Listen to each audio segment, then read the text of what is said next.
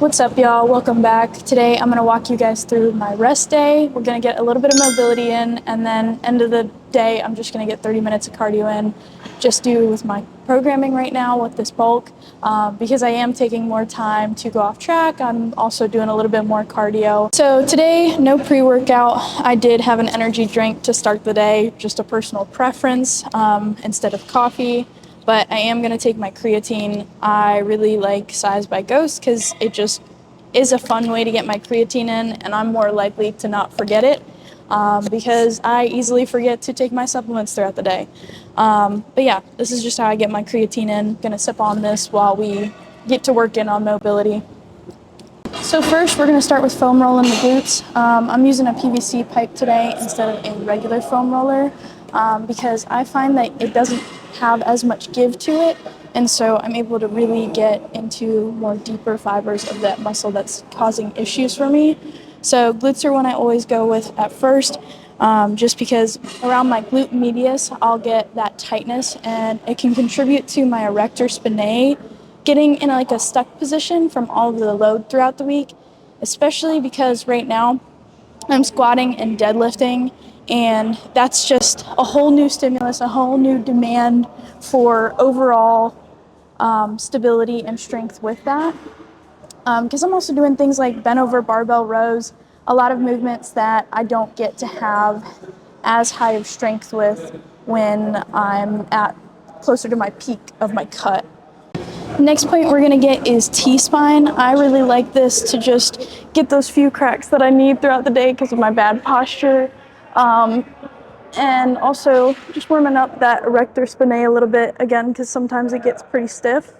Typically for me, it's toward those lower ends because of my glute medius being tight. Again, that's an area I've been really working on building. So kind of like the upper shelf of the glute. It's just been a major focus point of this bulk. So then when I come into this next cut, I'll be able to show off the proportions.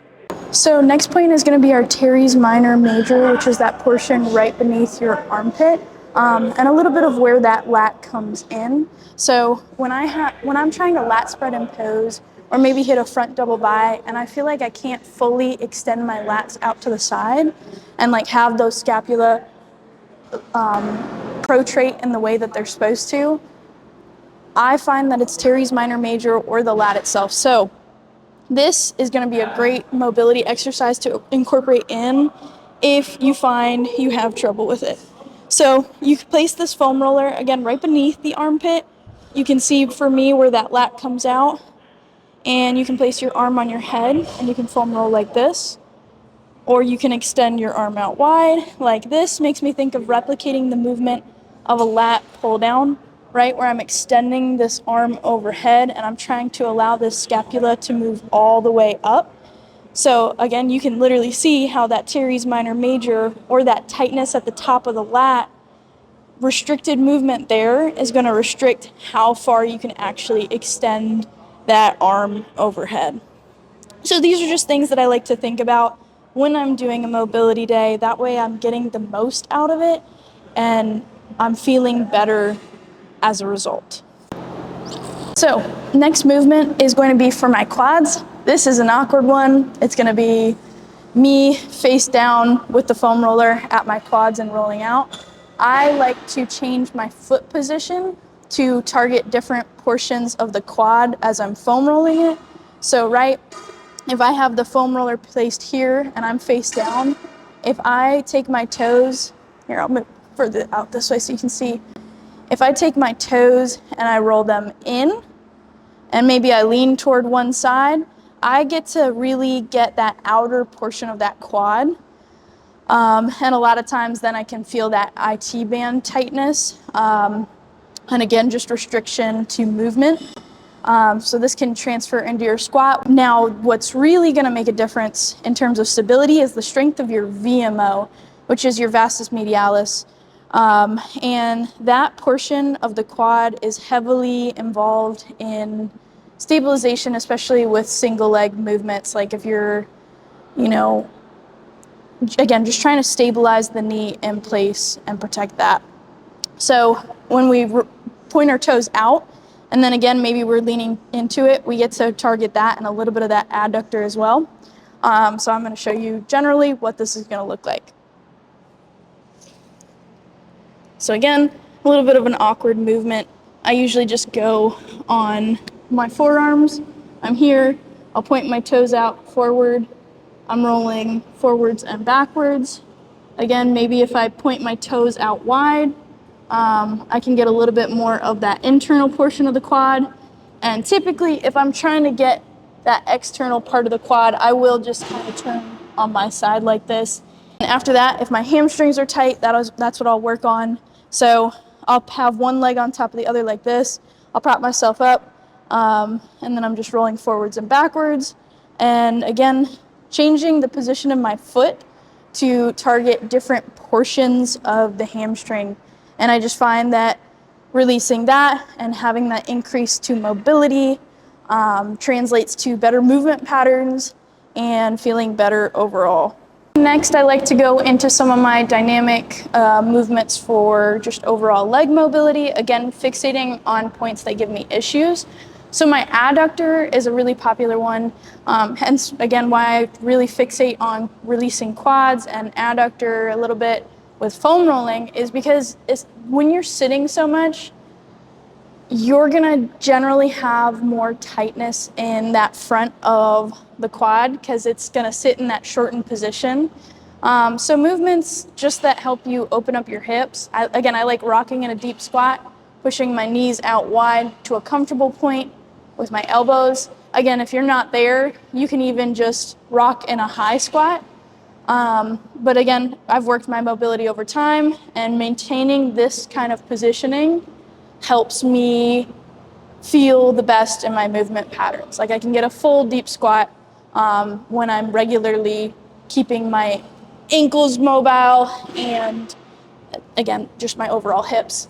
Then I like to move into a deep side lunge, and I've gotten myself to the point that I like to maintain this ability where I can sit off the ground, use activation to get off of the ground, right? Like that's a different level of mobility with the hip. Not just being able to move through the movement, but it's the firing of the musculature. I'm contracting my glute to come back up. So I like doing these, kind of sitting on the ground and doing that. Again, if you're not there yet, you can just hold whatever you can get yourself comfortable to. Focus on getting that knee out wide to open up that adductor and that inner thigh region. So then after that, I'm gonna work on some core stabilization. So I'm just gonna go with some simple planks.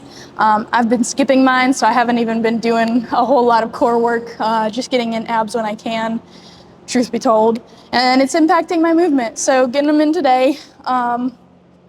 So, keeping your tailbone tucked a little bit so that you're not coming up like this, you're not overarching and using your back, you're just using your core to stabilize. I'm gonna hold this for probably like 40 seconds-ish. But if this feels easy for you, you can incorporate other variations in, like shoulder taps, and that's where you're up here.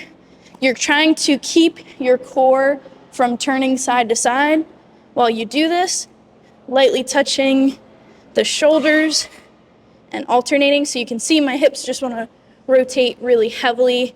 And the goal of the core here, this kind of challenge, is just to, stabilize and keep it neutral. So then after that, I like to incorporate some kind of inversion.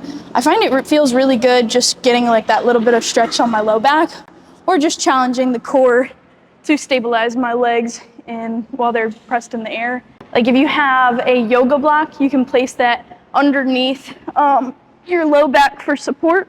I'm gonna take my headphones off. But here, my core is stabilizing to keep my legs pressed in the air.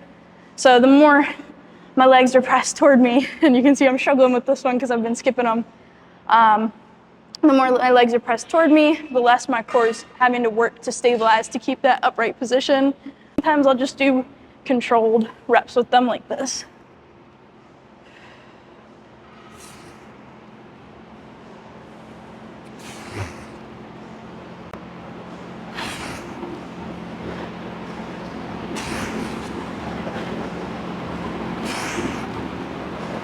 damn, dude, I just watched myself like doing those in the clip before this, and I was like, yeah, I'm getting thick right now.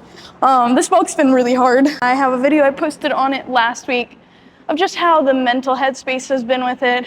It's been a tough one, but so if you're struggling with these reps like I am, there's a lot of different variations, again, you can do, whether you want to get a yoga block and just focus on holding your legs up.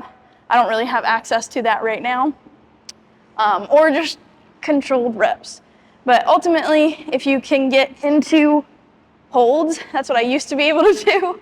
A reverse crunch like this is a pretty solid core exercise. I did find a yoga block, so I'm going to show you guys how to do this. I think it's called a waterfall, something like that, with yoga. I've also been skipping yoga. You can place the yoga block right here, have some light core activation, right? The further your legs come down, the more that core is just gonna work probably to stabilize. So here, I find it really relaxing to kind of hold this with that low back, getting a little bit of a release with it, just getting blood flow going, just a move I like to incorporate. Okay, so hopefully you enjoyed some of these exercises in this mobility day. Just nothing crazy, just a little bit of everything here. If I do another mobility day, I might have more shoulder dynamic movements. So if you like this video and you want to see more mobility days, comment and let me know below. But thank you guys so much for watching. I will see you next Tuesday at 11 a.m. Eastern Time.